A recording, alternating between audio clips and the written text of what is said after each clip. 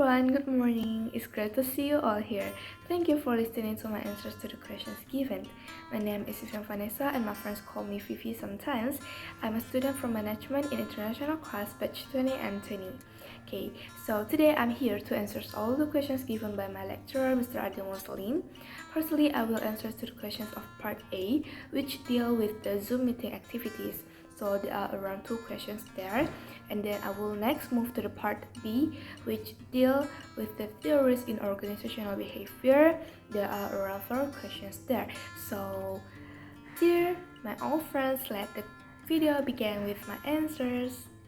Let's we begin with the part A with 2 questions. So the first one, I would like to tell you about my activeness during the class of organizational behavior.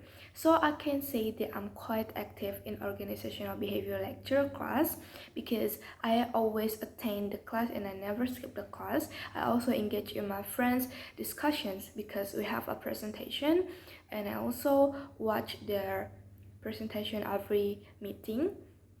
I also answers to the questions given by my friends. For example, I give my answers to the group of Vicenza and Nisha regarding to what I do, and when I'm facing my stress time, then I also answer to Yosia and other questions about what is communication definition in my perspective, and then I also answer to Zalsa and Nurifa questions about the 3 factors that influencing perception.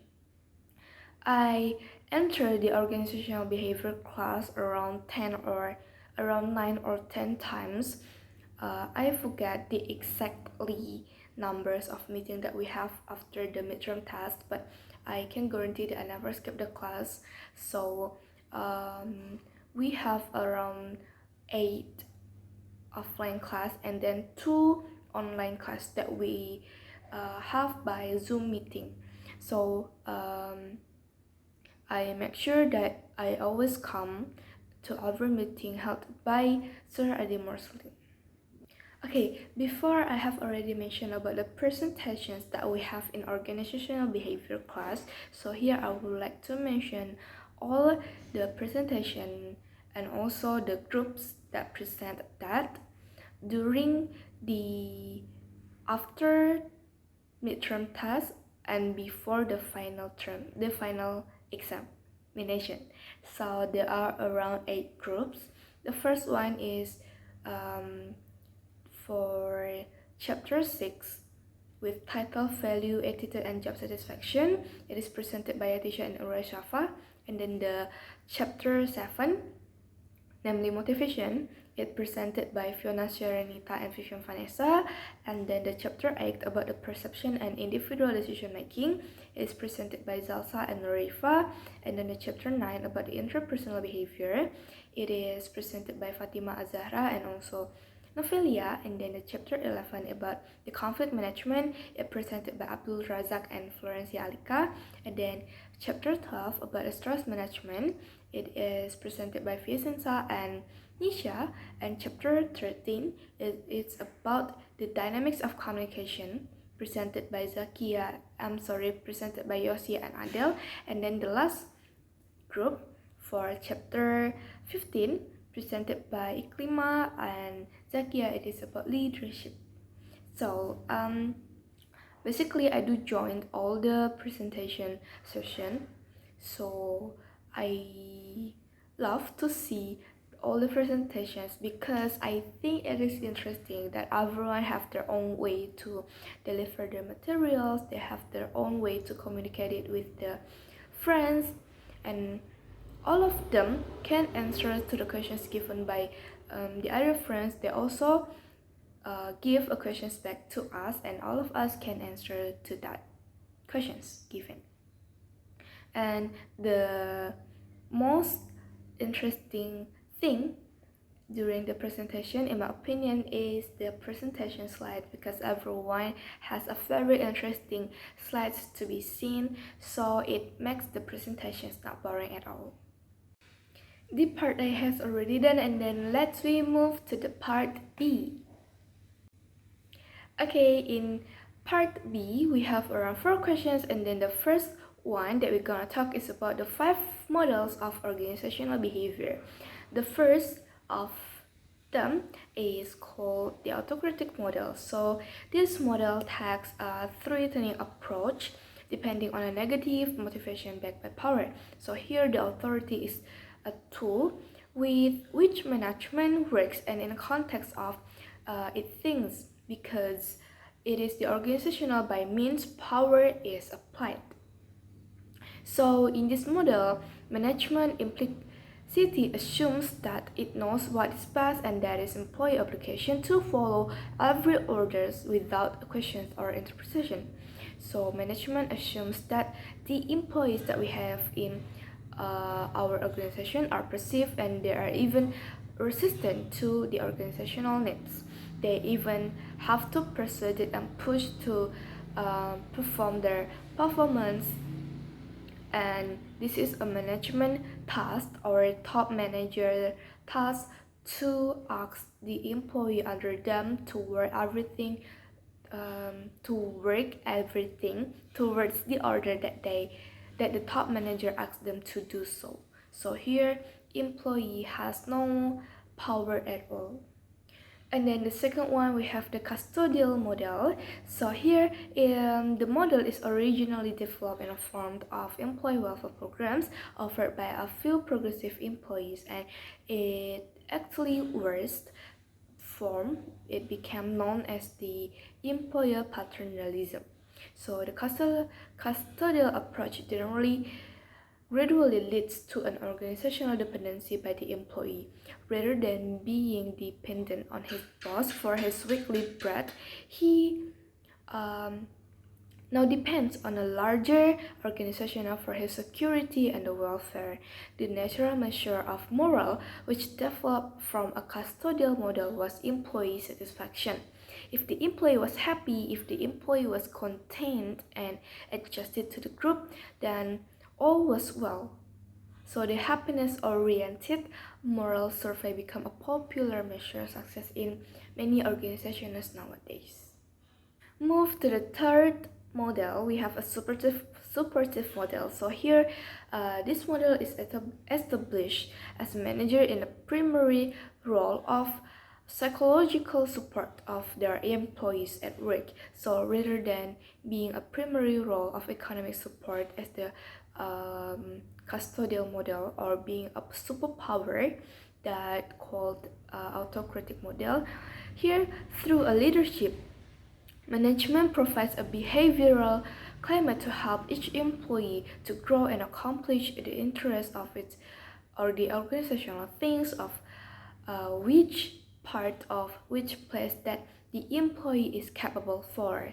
So the leader assumes that the workers are not by nature passive and not by nature resistant to the organizational needs, but instead of being inadequate supportive climate at work.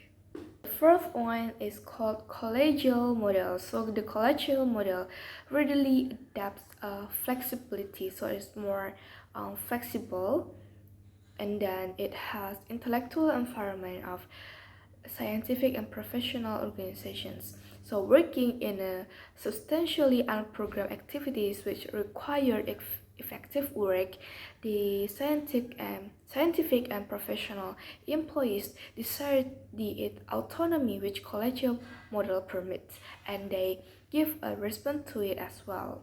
So managers are seen as joint contributors rather than bosses. Management is more about to have an integrating power than just being commanding. So the employee response to the situation is a responsibility. So as employee, they will feel inside themselves that they have a desire to do that job for many reasons. So they have a responsibility to do that work. And in this kind of environment, an employee normally should feel some degree of fulfillment and self-realization, although the amount of that will be modest in some situations, because everyone is different, and then everyone has their own way to feel satisfied and fulfilled. And then the last one we have democratic model. So it is an open leadership style that empowers group members in the decision making process. So if we work in an industry that benefits from open discussion and sharing of opinions, that we may want to consider this leadership style. And the democratic leaders encourage their employees to think creatively and adaptable to the new solutions and changing in existing process. And the direct involvement and transparency often inspired respect and trust for our employees also. So that's why democratic model usually liked to be applied by many leaders nowadays. We move to the questions number 2, that we talk about the best model of organizational behavior. So the previous I have already mentioned 5 models of it, but here I would like to choose one of the best. So actually I cannot say which one is the best, because the best organizational behavior model is actually depend on the top manager, whether which style of leadership that they want to apply to themselves, and then what kind of organizational situation or organizational culture that they want to be applied in their company. But if I have a chance to choose, I would like to choose the collegial model, because I do like the concept of this model where manager, instead of being a boss, instead of being the superpower in organization, they have a role to take a role as the joint contributor. So the employee will start to have a feeling, or start to have a feel that they have a responsibility toward their job, that they have a desire, they have a reasons why they have to do that job. So instead of we keep motivate them, instead of we keep give give an order to them to perform that job, it is better to, the desire if the responsibility comes inside from the employee itself, because when it comes inside themselves, the better performance will appear. So we don't need to push them hard to do that job, because they have already a reason to do their work. Okay, we have already mentioned about the 5 organizational behavior models, and then I have already choose the one of the best. And then there is something that we miss, because we have not mentioned, or I have not explained about what is organizational models. So the model is a manager holds that normally determines which perceptions that they want to the organizational world. So it leads to certain assumptions about people and certain interpretations of the events that the top manager encounters. So the underlying model serves as an unconscious guide to its manager behavior.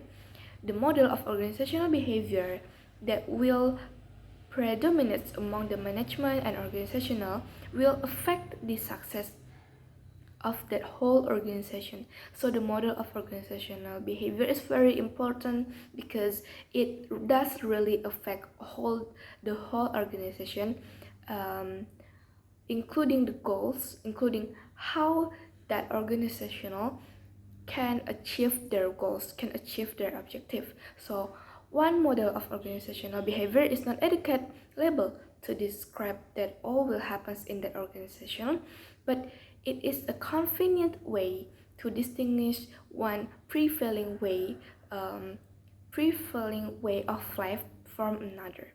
Next, I will discuss about the 4 functions of behavior. The first one is social attention. So a person may engage in a certain behavior to gain some form of social attention or a reaction from other people. For example, there is a child that might engage in a behavior to get other people to look at them, like when they cry, so people will give their attention, or when they cry, people or their parents will give them something in order to make them calm. Well, it might seem strange if a person would engage in a behavior to deliberately have someone scold them, that it can occur because for some people it's better to obtain bad attention than no attention at all. Okay, the second one, we have tangible or activities. So some behaviors occur so the person can obtain a tangible item or gain access to desired activity. So example is uh, kids or a kid or a child that scream or cry in order that the parents will give them chocolate or give them candy. So it is in a form of tangible items that we can grab, that we can see and we can feel. The third, we have escape or avoidance. So not all behaviors occur because the person can obtain something. Many behaviors occur because the person wants to get away from something or avoid something altogether. For example, a child might cry very hard because they don't want to go to the school, or they don't want to meet their teacher, or a person that know they have already disobeyed the rules, they might get away in order to avoid the punishment that they will get. The fourth one, we have sensory stimulation. So the function of some behaviors do not rely on something or anything external to the person instead of internally pleasing in some way. So they are called self-stimulating. So the function only to give the person some form of internal sensation that is pleasing, or to remove an internal sensation that is displeasing, like pain. So for example, there's a child that might rock back and forth because it is enjoyable for them, while the another child might rub their knee to soothe the pain after accidentally banging it off from a chair. And in both cases, these children do not engage in either behavior to obtain any intention or any intangible things that they want to have, or to escape from any demands placed on them. Finally, we arrive on the last question. So here we have a research title, which is the effect of organizational behavior and organizational climate on employee job satisfaction in PT Eagle Indofarma. Based on the title, I have around 4 questions that I can write. The first one is, what is the effect of organizational behavior on employee job satisfaction in PT Eagle Indofarma? And then the second one is, what is the effect of organizational climate on employee job satisfaction in PT Eagle Indofarma? And then the third one is, what is the effect of organizational behavior and organizational climate on employee job satisfaction in PT Eagle Pharma? And then the last one is, how is the organizational behavior and organizational climate applied in PT Eagle Indofarma? According to the title, it is clearly defined that we have 3 variables. The first one is organizational behavior, the second one is organizational climate, and then the third one is job satisfaction. Okay, because I've already mentioned the 3 variables, here I would like to explain them one by one. So we'll start from the organizational behavior. So organizational behavior is a field of study focuses on individuals, groups, even the organizational structure that impact toward the place where they are in. So we can increase the effectivity and the efficiency of how the organizational perform their work. Also, it can lead us to the greater internal growth. So various factors that considered to regulate the behavior, especially the individual behavior. It can be seen from the psychology side that could boost up the personal skill and create a better attitude and develop positive approach toward the organizational system, because we know that in organizational behavior it contains individual behavior because there are a lot of people there, so we have to understand so we have to have a better understanding about the individual behavior first, so we can create a good organizational behavior later. Done with organizational behavior, next we move to the organizational climate. So organizational climate refers to the employees' long-lasting perception of the working environment and the culture of the business where they work for. So organizational climate is a structure referring to the shared meaning attached to an organizational policies, to the organizational practices and measures that are associated directly or indirect to the employee performance. Next, we have job satisfaction. So actually, job satisfaction can be defined as a level of contentment of the employees feel with their job. So this goes beyond their daily duties to cover satisfaction with team members or with their manager, and then the satisfaction with the organizational policies, and then the impact of their job on employee personal life. Due to the title of the research, I think population is necessary for the title. If you ask me why, it is because in my perspective, I think it is better to have a population, because we talk about the organizational behavior climate that related to the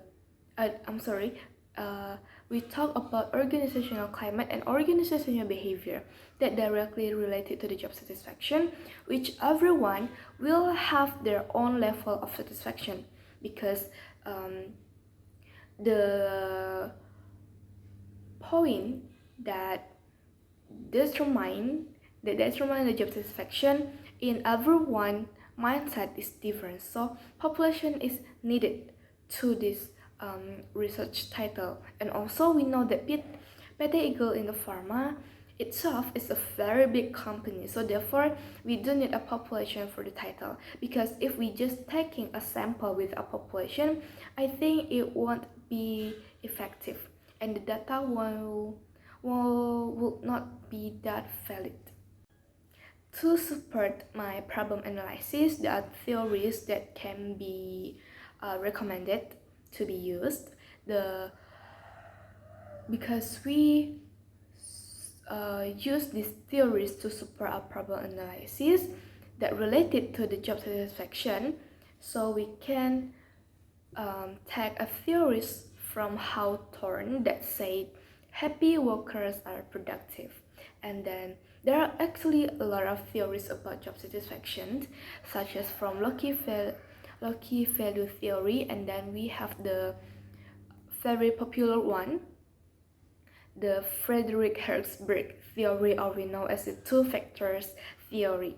And then besides the job satisfaction, we also have another variable called organizational climate, and here we can use the theory from Gestalt psychology, and then we can also use the theory of functionalism, and then the person environment fit model, and the last one is Lewinian field theory. Then for the third or the last variable, which is organizational behavior, we can use the theory of Hawthorne studies also, because Hawthorne studies is a part of evaluation of management itself, which give a big impact to the organizational behavior and organizational climate, because actually they are related. At the previous one, I say that they are related. So actually these three variables have a relationship. Why? Because the relationship between organizational behavior and organizational climate toward the employee job satisfaction, actually they are tightly related. since the organizational behavior and the climate applied in organization will determine how high the employee job satisfaction will be in the company. An organization with a good behavior, with comfortable climate, which is supportive for the employee to perform their best performance, will make the employee feel respected, feel they are loved. So they are not just work for money, but also they are respected as a employee, they are respected as a human in that organization. And then the employee with a good job satisfaction will give their best performance to the organization. So we have two back benefits. So we don't just use one party to give a benefits to for the organization, but we also give a benefit back to the employee also. So the if what I have just mentioned, what I have just explained happen in the vice versa, so the organizational behavior is very bad, and then the climate of the organizational is not comfortable, it has a toxic vibes, so the employee itself will not feel respected, they will feel unloved, and then I think the motivation to perform the work will be very low. So the organizational behavior model that will perform by the top manager is the autocratic model, where they have to push their employee to perform their job. Okay, we move to the hypothesis for the research. So here I will make it into a sentence. So the sentence of hypothesis will be the effect. There is a good effect of organizational behavior and organizational climate. So the job satisfaction of employee in PT Indo and in PT Eagle Indofarma is good. And then the second hypothesis is there is a bad organizational behavior and organizational climate, so there is low job satisfaction in a low employee job satisfaction in PT Eagle Indofarma. Next, for the research model, so here is the research model for the title of the research, as you can see together here. So the organizational behavior and organizational climate, it is put on the left, and then both of them directly have to go to one goal here, which is job satisfaction. So why I put both of these variable on the left side? Because they are the dependent variable. So the job satisfaction is the independent variable. Okay, I will explain why I said that organizational behavior and organizational climate is the dependent variable, because there are two things that affect the employee job satisfaction. So employee job satisfaction actually is independent because it can stand by itself. Actually, employee job satisfaction also can be the dependent variable, but here we see the context of the title itself, that job satisfaction is the one that being a constraint whether it is affected or not by the organizational behavior and organizational climate. So, well, friends, that's all my answers to all questions given by Suradi Mursalin. I hope that you can understand my answers, so it will give a benefits also to you after watching this video. So don't forget to give comments and subscribe. Thank you very much.